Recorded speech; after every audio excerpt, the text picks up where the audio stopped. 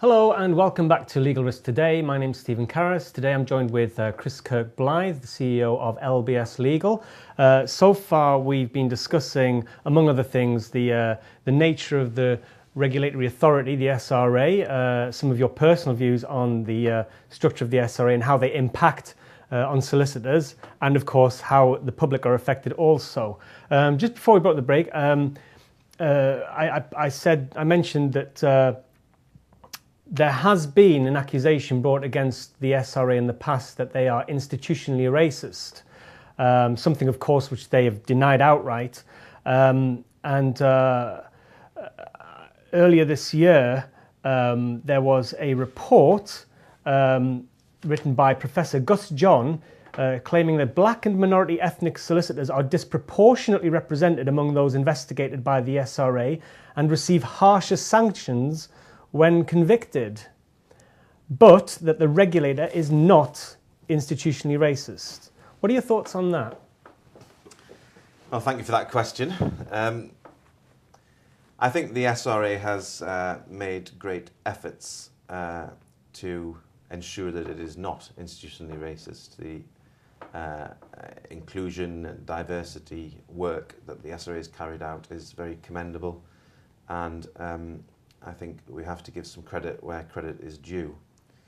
However, I can only comment based upon my personal experience of working with lots of black and minority ethnic solicitors who are, in one way or another, in difficulty with the SRA.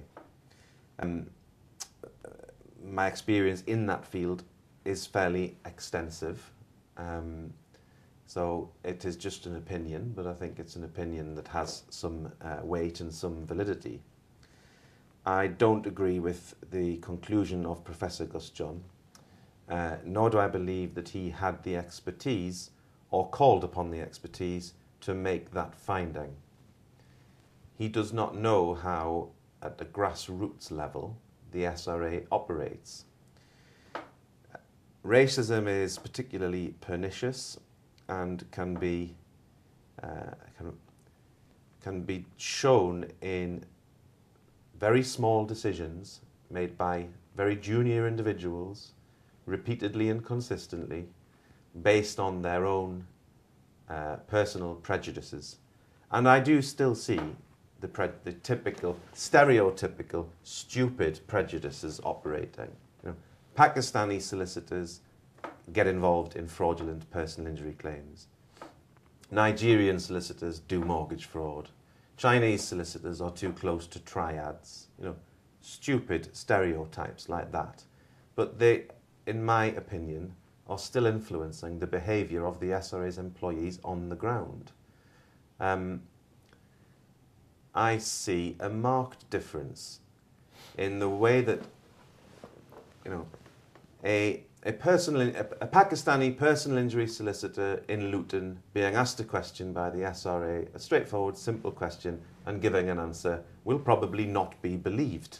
Whereas a white commercial property solicitor in Leeds will be believed. And, you know, I can't prove an allegation of institutional racism against the SRA.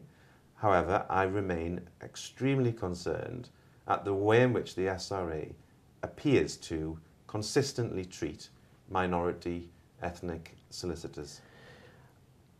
Thanks, Chris. I think I just want to bring up this point that the Law Society run many practice notes, and they highlight, of course, many areas of risk which need to be dealt with, especially where transactions occur, risks of money laundering, for example, fraud.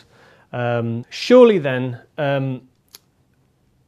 we must factor in cultural sensitivities, something that the Law Society has stressed that they require solicitors, they advise that solicitors should be very mindful of cultural sensitivities wherever they're handing out advice on managing risk. So, for example, if you don't mind, say on conveyancing work, solicitors have an obligation to source the funds and and the source of generating those funds have to be established as well. Now, we have to be realistic about this, and we understand. I understand that LBS Legal has many clients in the Asian community.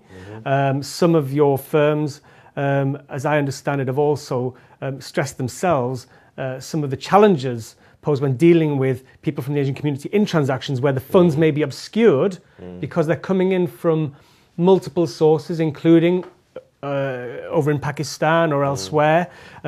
Now, this surely raises the risk profile if they can't establish the source of those funds clearly. But it's not as a point of they're doing anything wrong.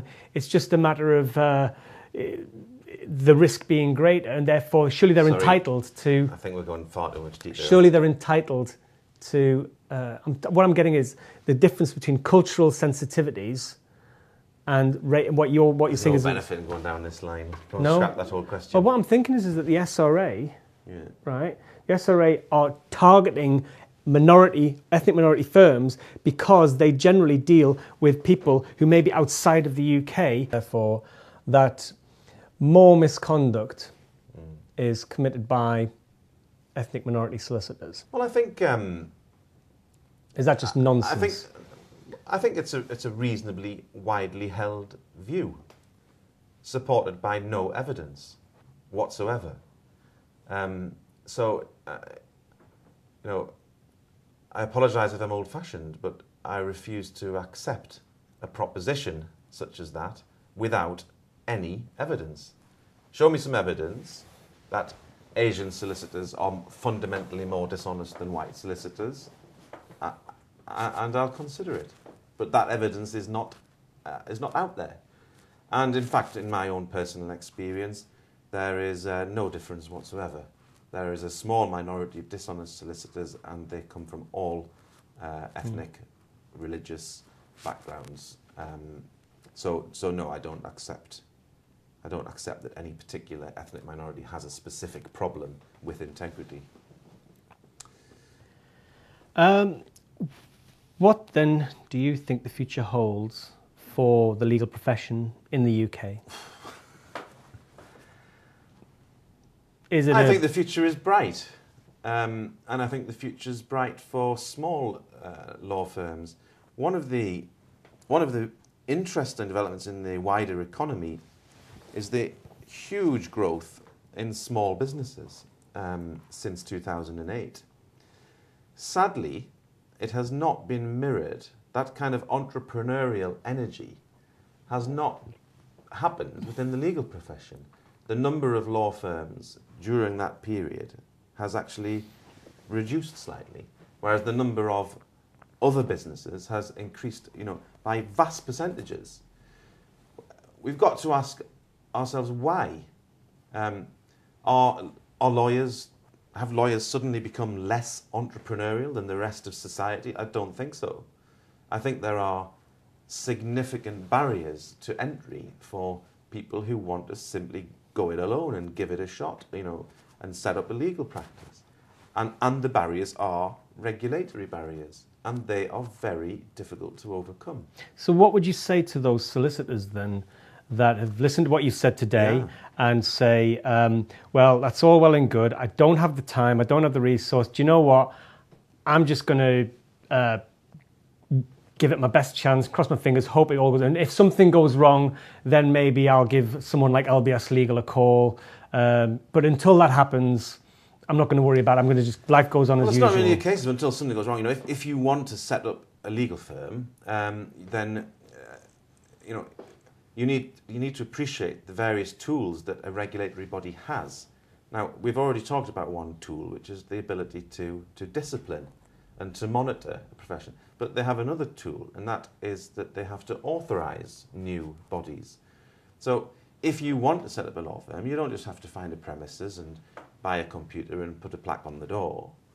There's a whole authorisation process that you have to go through, and it's a tough process, and the bar is high. And there are very comprehensive, effectively, we're going back to a proper risk and compliance plan and a proper risk and compliance system.